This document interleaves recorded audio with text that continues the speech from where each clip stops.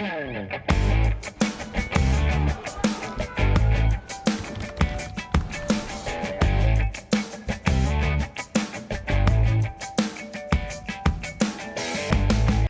programa de hoje, temos dois convidados e um assunto.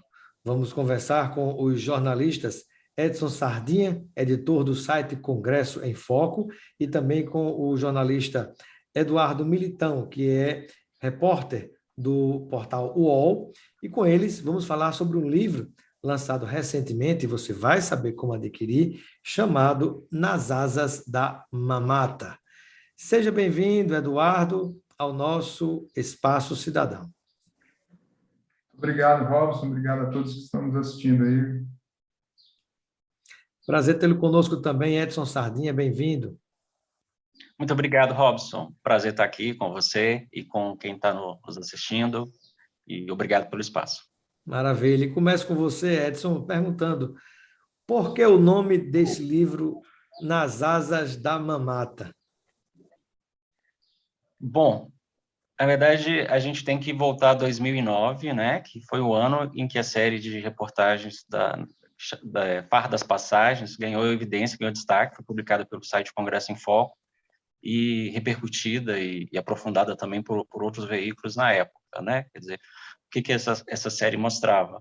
Que parlamentares usavam indiscriminadamente recursos da Câmara, né? Eles tinham direito, como ainda tem, a uma cota para gastar com passagens aéreas, recursos que deveriam ser usados para o parlamentar se locomover do seu estado, da sua base eleitoral, para Brasília, mas que, na verdade, eles estavam usando também para fazer viagens em primeira classe para o exterior, distribuindo esses créditos entre amigos, entre familiares, e era uma prática assim, generalizada, né? E que envolvia parlamentares, independentemente da ideologia, enfim, parlamentares da esquerda, ao centro, à direita, e mostrando, né, como o Brasil ainda tem esse patrimonialismo de como as pessoas se apropriam do que é o bem do Estado, né, no bem público, como se fosse um bem privado. E então, quer dizer, nós mostramos esses casos, revelamos esses casos, poucos parlamentares devolveram o dinheiro, e na verdade, o título remete a isso, né? Quer dizer, a mamata, né? A questão de usar o Estado para benefício próprio, né? E, nesse caso, por meio de passagens aéreas. Me recordo, inclusive, a então senadora, né, que foi denunciada, que era do Rio Grande do Norte, Rosalba Ciarline, foi governadora do estado, né? Indo com os netos para a Disney, né, com passagens pagas pelo poder público, segundo a denúncia na ocasião. E eu pergunto ao Eduardo Militão, digamos assim, quais seriam os principais momentos assim que foram mais conhecidos, mais propagados, mais escandalosos dessas mamatas, quando a gente olha para trás, né? Porque mais adiante eu vou falar com vocês também sobre o seguinte: a mamata acabou, né? Ou esses tipos de coisas ainda estão continuando? Mas, olhando um pouquinho ainda para trás, eu gostaria que você pudesse, Eduardo, nos falar um pouquinho mais sobre essas situações, dos principais pontos, né, que diz respeito a esses casos, esses exemplos de utilização do dinheiro público para fins privados, né? Você usa o gabinete como se fosse a cozinha da sua casa. Pois bem, Robson, alguns casos que eu exemplificaria, que estão no livro, o caso do presidente Michel Temer, né, que ganhou os holofotes aí de novo, né, fazendo a ponte entre o Bolsonaro e o Supremo, né, que foi com a esposa, os cunhados para a praia, com dinheiro público. Tem o caso do presidente Jair Bolsonaro, que foi descoberto só agora, uma informação nova, né, que foi com a Michele para lua de mel em Foz do Iguaçu, né, na divisa com o Paraguai. Ali. Tem o caso do ex-presidente José Sarney, né, que foi para o exterior, né, com a esposa, só um bilhete da esposa dele de ida foi $11 mil, né, foi para Viena, né? Um bilhete, foram 4, né, porque 2 dela e 2 dele, né? E também, à época, teve o caso do então deputado Fábio Faria, que hoje é o ministro das Comunicações, né, que colocou um camarote lá em Natal à disposição para artistas, né? Pois ele devolveu acho que R$ 23.000 à época, né? Mas o Ministério Público ainda assim colocou ele numa lista como se ainda estivesse devendo 160 mil depois. Então, são esses os Que casos foi que o caso da Adriane Galisteu, né? A era então namorada. os artistas, Kaique Brito, Kaique Brito, né? Samara Felipe, né? Há outros atores Outros também. atores, quer dizer, que na verdade caíram aí, enfim, eles não tiveram responsabilidade por isso, eles receberam a passagem, foram contratados para trabalhar no camarote dele e, enfim, não agiram de má fé, né? E aí eu pergunto, quando a gente pensa, Edson, no momento atual, né, que é o próprio tema desse livro, Nas Asas da Mamata, muito se dizia, com aquela guerra contra a própria política em si, né, uma antipolítica terrível, espaços dados a muitos outsiders, gente que nunca tinha nada a ver com a política, que estava entrando na política sem entender nada de política, mas dizendo que a mamata ia acabar, que as farras iam acabar, que o Brasil ia ser outro, né? E aí nós temos, mesmo com tantos exemplos do passado, parece que a mamata não acabou. Eu gostaria que você falasse um pouco sobre isso. Eu acho que é uma questão cultural que a gente precisa combater no Brasil, né? Quer dizer, se a gente for olhar isso, vem esse tipo de abuso, de apropriação do Estado, tem a nossa herança aí portuguesa ainda, né? Enfim. E de fato é muito difícil de acabar com isso, né? Quer dizer, tá impregnado na população. Nós tivemos sim uma renovação grande, né, no Congresso, mas renovação de nomes não quer dizer necessariamente renovação de práticas, né? Então muitas dessas práticas ainda continuam. Ali em 2009 teve mudança nas regras, deu uma estancada, assim. Hoje não há a farra das passagens, não existe uma farra nesse ponto, porque há um controle maior, né? Passou-se a restringir esse uso do bilhete ao parlamentar, passou-se a responsabilizar o parlamentar pelo uso do bilhete. Ele pode ceder para um ou outro assessor em trabalho, né? Mas então as regras ficaram mais rígidas, mas ainda assim, vez ou outra a gente, né, descobre casos de parlamentares que estão usando o benefício de uma forma que não se enquadra com o ato normativo, né? Nós tivemos recentemente, por exemplo, o próprio deputado Fábio Faria, que mora no Rio Grande do Norte, faz política no Rio Grande do Norte, né? Ou deveria fazer. Ele estava usando as passagens dele para ir basicamente para São Paulo. Ele não estava indo mais para o Rio Grande do Norte, estava indo para São Paulo, que é onde mora, né? Atualmente mora com a família, enfim. O deputado Tiririca também fazendo a mesma coisa, quer dizer, só que o contrário, um deputado de São Paulo, mas que viajava basicamente para o Ceará, para Fortaleza, onde também tem residência, né? A própria deputada Joyce Hassan, que é um desses russos novos aí, que chegou combatendo a chamada velha política, também, né, se aproveitou do benefício para passar alguns dias em Porto Seguro. Então, quer dizer, há casos, talvez casos hoje isolados, não generalizados como era antigamente, mas eles ainda existem, né?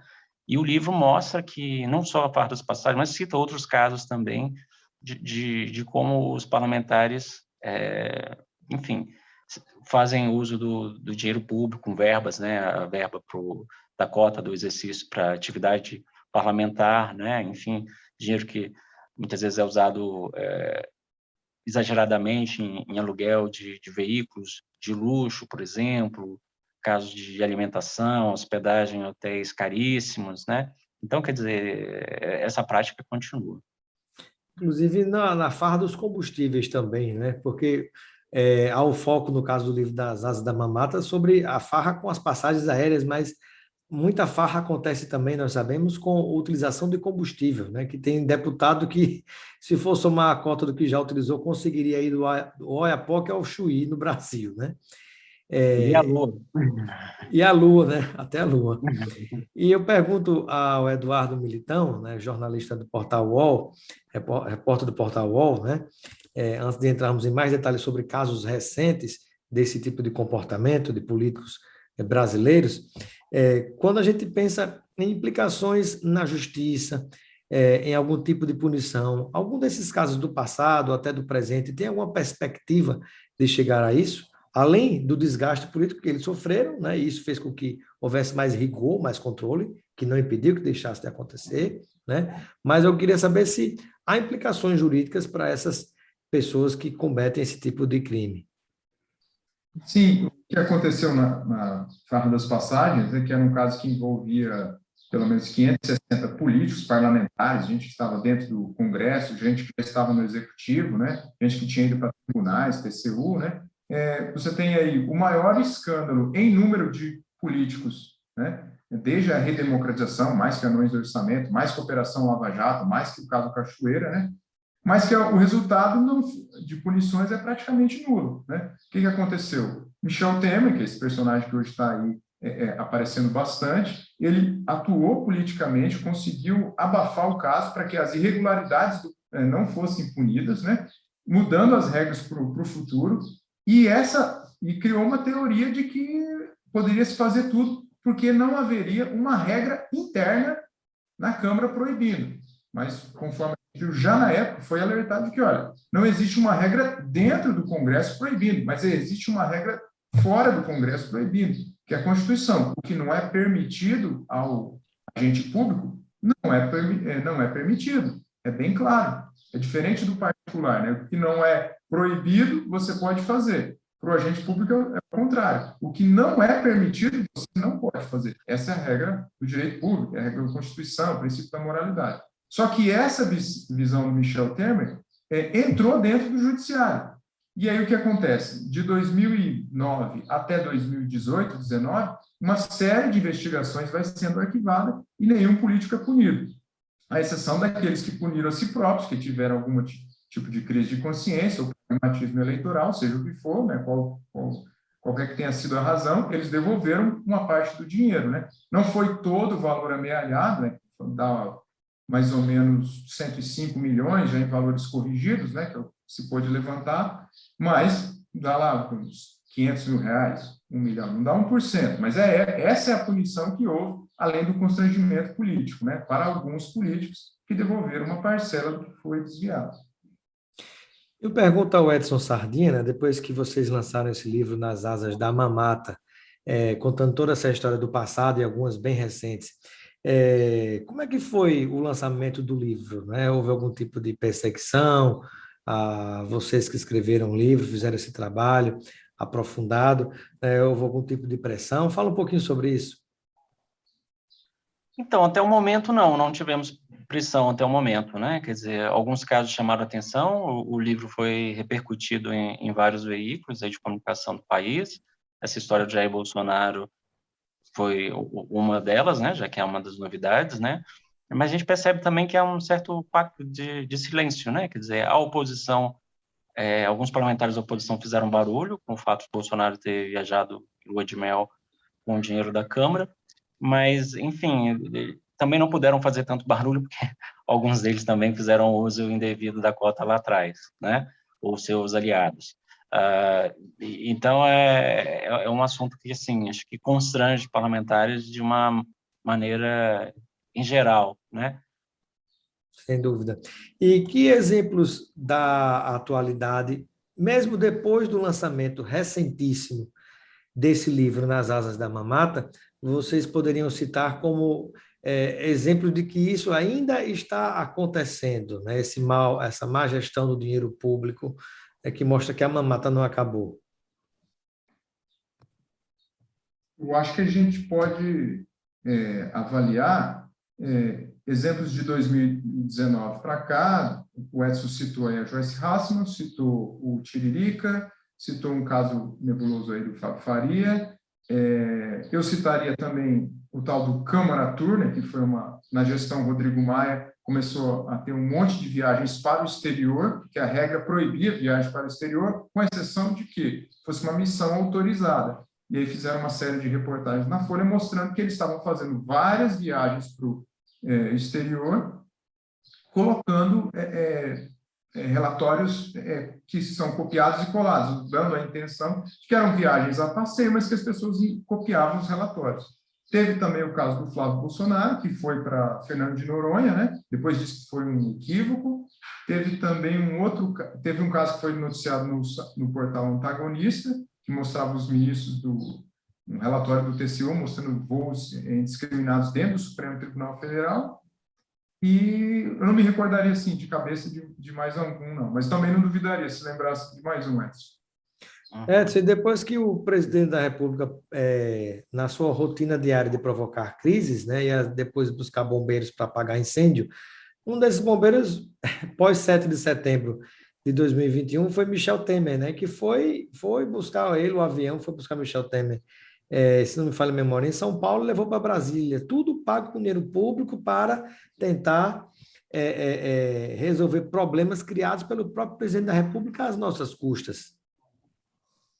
E a gente no livro mostra, né, que lá atrás, quando era presidente da Câmara, o Michel Temer também usou a cota parlamentar para viagem de turismo com a família, né? Eram várias pessoas da família dele, a esposa, enfim, filho, irmãos, enfim, e foram passar as férias em Porto Seguro, né, na Bahia, às custas da Câmara, né? Quer dizer, acho que ele e o presidente Bolsonaro têm algo em comum, além da carta divulgada ontem. Sem dúvida. E, já próximo de finalizar a nossa entrevista, Eduardo gostaria de destacar algum ponto importante que está nesse livro, Nas Asas da Mamata, que porventura a gente não tem abordado, né? Qual é a grande mensagem, a grande lição que esse livro traz na sua visão, Eduardo?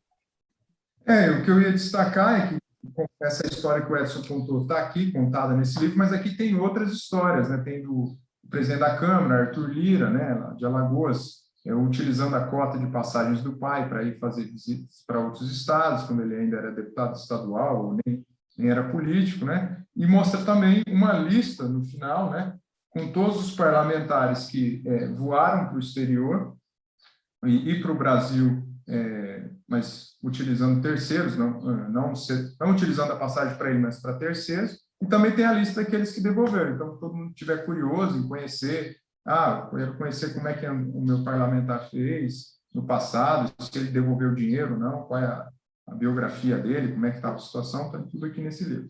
Maravilha. Edson Sardinha, o que você pode complementar conosco em relação ao livro Nas Asas da Mamata? Eu acho que o livro tem um recado, né, de que é a necessidade da gente vigiar como os parlamentares estão atuando, né, seja na questão legislativa, na questão da fiscalização, que é outra atribuição deles, seja no uso do dinheiro público, né, e a gente percebe que quando esses casos são revelados, quando há uma pressão da opinião pública, como houve nesse caso da farra das passagens, eles recuam, né. Na época, então, eles mudaram as regras e houve uma economia enorme, né? Eu lembro que naquele ano de 2009 foi uma economia de 25 milhões apenas na Câmara. Então, eu acho que é fundamental, e esses dados de viagem, por exemplo, de uso de verbas, estão hoje disponíveis nos portais da Câmara e do Senado. Acho que as pessoas, quando possível, podem entrar, né, fiscalizar. Se você fiscalizar o mandato do parlamentar que você elegeu, você já vai estar dando uma grande contribuição, né? Então, acho que o livro passa essa imagem, essa necessidade de uma vigilância permanente. Muito bem. E, por fim, como é que as pessoas podem ter acesso ao livro físico, virtual, né? O que é que você pode compartilhar com a gente, Edson? Você, como repórter também do portal UOL, né, que tem tantas conexões e caminhos para disponibilizar o livro, o Edson Sardinha, através do Congresso em Foco, também tem vários canais para disponibilizar o livro, né? Tem muita gente curiosa. Então, como é que a gente pode fazer, Eduardo, para adquirir? O livro está à venda nas melhores livrarias, né? Está à venda na editora Matrix, no site, está à venda na Amazon, está à venda na Livraria Cultura, né? Livraria da Travessa, eu vi várias listas. Né? Eu não sou garoto de propaganda de livraria, mas se você jogar no Google, você acha, mas nessas com certeza, e espero que vocês gostem. Muito obrigado. Tem digital, né? Tem gente que gosta de livro digital, eu sou analógico, né? Você pode baixar no seu aplicativo. Né? Muito bem. Eduardo Militão, muito obrigado pela sua participação no Espaço Cidadão. Seja sempre bem-vindo, viu? Obrigado, Robson. Obrigado à parceria aí. Obrigado ao Edson. Obrigado a todos que nos acompanharam. Agradeço também, Edson Sardinha, pela sua participação no nosso Espaço Cidadão. Seja sempre bem-vindo. E um momento final para complementar com alguma informação sobre onde encontrar o livro. Sim, acho que o Eduardo Militão expressou bem, né? As pessoas podem comprar na Amazon, podem pesquisar também em quais livrarias o livro está sendo vendido. Quero agradecer muito a você pelo espaço, parabenizar pelo trabalho, e agradecer também a companhia do Eduardo Militão e dos nossos espectadores. Foi um prazer falar com vocês. Obrigado igualmente, né? É muito importante que o cidadão fique consciente dessas coisas e não ache que a democracia, a cidadania se faz só com o voto. Se a gente pensar na democracia como um grande prédio, o subsolo, né, e o térreo, a gente até pode considerar que ali está o voto, mas tem muito mais, né, quando a gente pensa no edifício da democracia, para que a gente consiga manter ele em pé. Então, muito obrigado pela participação de cada um de vocês, foi um prazer.